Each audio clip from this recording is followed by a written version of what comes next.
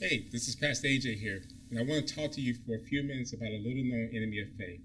Now, we're all familiar with fear being an enemy of faith, but there's another one, and it's called doubt. For many of you watching, it's not fear that's holding you back, but it's doubt. Your doubt is keeping you from taking a very important step of faith in your life. Many of you all are trying to take steps of faith in certain areas, such as your relationships, or with your finances, or with your career. But for some reason, you're unable to take that step. You're not afraid, but you have doubts. Doubts keep you from trusting God. Listen, we all deal with doubt. We all have doubts. Even the strongest Christians have doubts from time to time. I have doubts. That's a normal thing. There's nothing wrong with that. But God does not want us to stay there.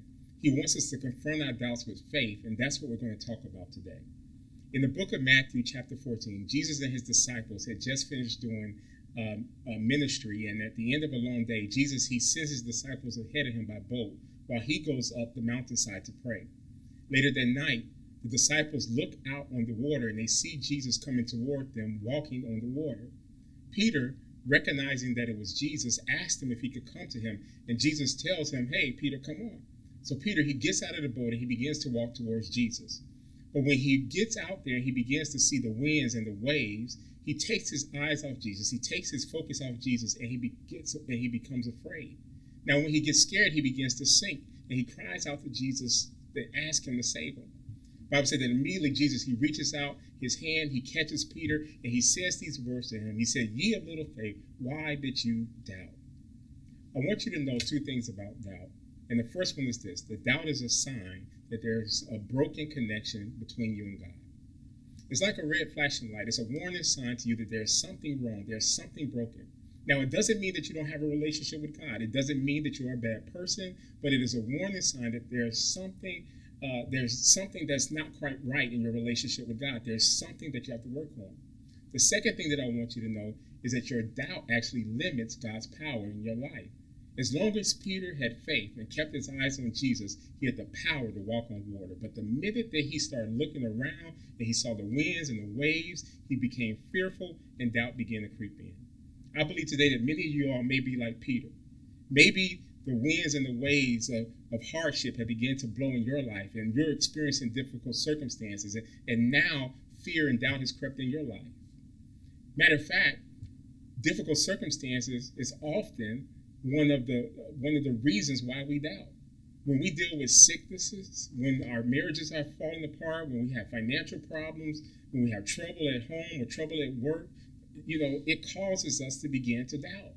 You begin to think, "God, where are you? Why would you allow this to happen to me? Why don't you really love me?" And all of that comes because of those difficult circumstances. When a difficult circumstance or a tough time comes in your life, Satan uses that to put a wedge between you and God and to drive you further away from God. That's what he wants to happen in your life. But here's what I love about God: that even though he may not have caused that difficult circumstance in your life, he'll turn around and use that for the good. He'll use that difficulty to draw you closer to him instead of draw you further apart from him.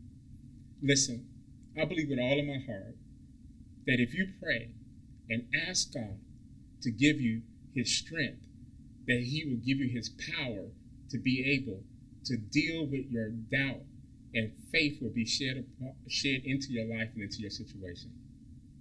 Prayer is a powerful thing. I believe that it's a pipeline to God's power. And so if you could tap into your prayer life more, then you could begin to experience the power of God in your life. So if you have doubts today and your faith has been shaken because you are going through a difficult circumstance, I want you to know that God wants you to pray to him, and he wants to meet you where you are. He wants his peace, his power, and his presence to come into your life so that you can walk in faith and not doubt. That's what he wants for you. God bless you.